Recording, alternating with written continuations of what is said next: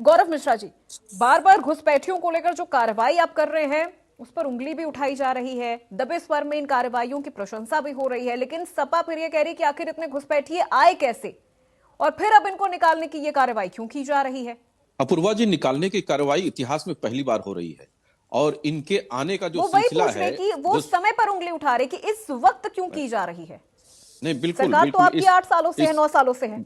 बिल्कुल इसको बहुत पहले होना चाहिए था। लेकिन भारतीय जनता पार्टी के एजेंडे में आप देखिएगा, घुसपैठियों के खिलाफ 2014 के चुनाव के पहले भी हमारे एजेंडे में ये रहा है और माननीय गृह मंत्री जी ने, माननीय प्रधानमंत्री जी ने इस विषय को समय समय पर उठाया है। लेकिन अब वो समय आ गया है जब ये भारत की आंतरिक सुरक्षा के लिए बेहद खतरा बन चुके हैं और वहीं विपक्ष इनको वोट बैंक की राजनीति की तरह पाल रहा है, पोस रहा है। मैं इसमें एक उदाहरण जरूर देना चाहूंगा। 2004 में जब यूपीए की सरकार बनी और कांग्रेस की सीटें कम आई, तो एक वेल प्लान्ड वे में कांग्रेस के थिंक टैंक्स ने यह सोचा कि किस तरह से वोट बैंक को बढ़ाया जाए।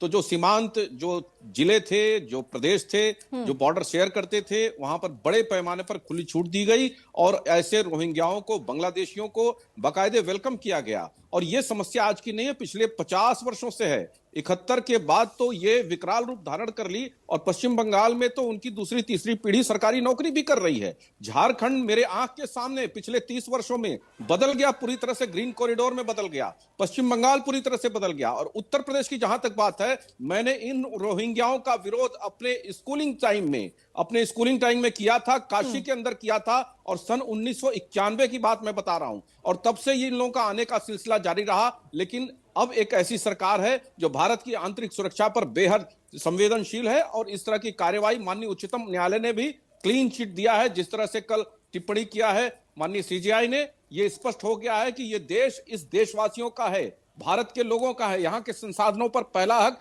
भारतवासियों का है, न कि विदेश से आए हुए इन घुसपैठियों रोहिंग्याओं का है, जो न सिर्फ संसाधनों को कब्जा करते हैं, फर्जी तरीके से दस्तावेज बना करके यहां के संसाधनों और अपराधों को भी अंजाम देते हैं। और आप ये जो ड्राइव चल रही है, आप देखिए, चाहे आसाम हो, गुजरात हो, महाराष्ट्र हो, जहां जहां भी भारतीय जनता पार्टी की सरकार है, बिना किसी भेदभाव के, बिना किसी वोट बैंक की राजनीति के लालच के इनको बाहर किया जा रहा है, इनको भेजा जा रहा है। ठीक है गौरव मिश्रा, चूंकि देखिए आपसे सवाल करूं, लेकिन यहां पर कुछ डेटा भी है जो मुझे लगता है कि उत्तर प्रदेश की जनता के लिए जानना बेहद जरूरी है। अभी 2025 में तो ये पूरी राष्ट्रव्यापी जो अभियान है वो तो चल ही रहा है, जिसको सबसे बड़ा राष्ट्रव्यापी अभियान कहा जा रहा है।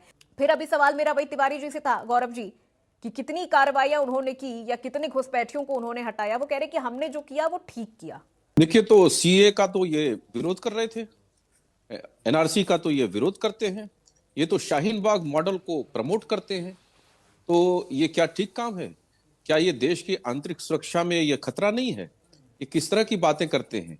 इन लोगों के कार्यकाल में ही इस तरह के लोगों का मनोबल बढ़ा। और दूसरी सबसे महत्वपूर्ण बात यह है कि जब इनको राजनीतिक संरक्षण इस देश में मिलता है, घुसपैठियों को, तो उनके लिए एक सेफ हेवन भारत बन जाता है, सिर्फ धर्मशाला बन जाता है और उनका एक बहुत बड़ा विशाल इकोसिस्टम भारत के अंदर काम कर रहा था। आपने देखा गुजरात में एक इस तरह का माफिया पकड़ा गया और आज वो जेल के अंदर है।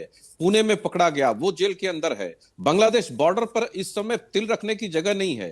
पूरी की पूरी बांग्लादेशियों की भीड़ जो है, जमात वहां पर खड़ी हो गई है जाकर के अपने देश वापस जाने की, जिनके पास कोई दस्तावेज नहीं है और कह रहे हैं कि कहां ये जा रहे हैं। बिल्कुल उसके भी आंकड़े हैं सरकार के पास। वो पश्चिम बंगाल जा रहे हैं, वो केरल जा रहे हैं, वो तमिलनाडु जा रहे हैं। जहां जहां भारतीय जनता पार्टी की सरकारें हैं, ये ड्राइव तेज की गई है। और इसी का ये उचित समय इसी कारण से है क्योंकि आज देश की जनता ने ये मैंडेट दिया है एनडीए की सरकार को कि इस तरह के लोगों को बाहर निकाला जाए और देश के संसाधनों को सुरक्षित किया जाए। और उस दिशा में ये ऑर्गेनाइज तरीके से सरकार काम कर रही है, कानून सम्मत कार्य कर रही है। भारत की सरकार ने 1951 के रिफ्यूजी कन्वेंशन को साइन नहीं किया है और ये कोई रिफ्यूजी नहीं है। ये अपने रोजी रोजगार के लिए हमारे देश में आते हैं और हमारे देश के संसाधनों को लूटते हैं, डकैती करते हैं और तमाम क्राइम और अपराध करते हैं। और इनके विरुद्ध कायदे से अगर देखा जाए तो भारत के संविधान में एक अंतर्राष्ट्रीय पासपोर्ट एक्ट को छोड़ करके कोई कानून भी नहीं लागू हो पाता कायदे से। तो अब इनके ऊपर एक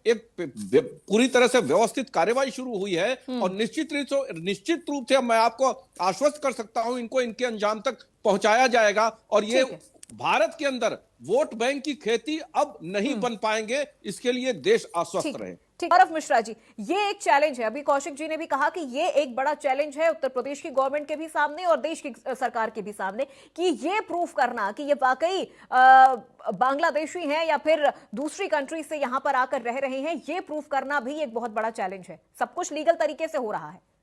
और पूर्वा जी, जो घुसपैठिए पकड़े जाएंगे उन्हें भी ये प्रूफ करना पड़ेगा कि वो इस देश के नागरिक हैं, इस देश के बाशिंदे हैं और पीढ़ी दर पीढ़ी यहाँ के रहने वाले हैं। यदि वो नहीं प्रूफ कर पाए तो आधार ये और वोटर सत्यापित आईडी आधार और वोटर आईडी वो मान्य नहीं होगा, इसलिए कि फर्जी रैकेट तमाम पकड़े गए हैं। हाँ। और बिल्कुल पता चल जाएगा, कुटुंब रजिस्टर से पता चल जाएगा, जहां के रहने वाले हैं वहां पीढ़ी दर पीढ़ी उनकी पीढ़ियां रही होंगी, वहां से पता चल जाएगा। ये कोई रॉकेट साइंस नहीं है, बहुत आसानी से पता चल जाएगा, हमारी पुलिस पता कर लेगी और उनको उनके अंजाम तक पहुंचाया जाएगा। देखिए, पहले क्या समस्या थी, पहले ऑर्गेनाइज तरीके से रोशनी एक्ट लाया जाता था और रोहिंग्याओं को बाकायदे बसाया जाता था और अशांत प्रदूषण जैसे लोग सुप्रीम कोर्ट में पीआईएल डाल करके उनके लिए 50 लाख का मुआवजा और नौकरी मांगा करते थे। अब ये सरकार ये सब बर्दाश्त नहीं करेगी और न्यायालय भी बर्दाश्त नहीं करेगा, इसलिए इनको इनके अंजाम तक पहुंचाएगी ये सरकार की प्रबल इच्छा शक्ति है। और माननीय गृह मंत्री जी ने सदन के अंदर ये उद्घोषणा की थी और वो आज जमीन पे दिखाई दे रहा है और सभी प्रदेशों में दिखाई दे रहा है।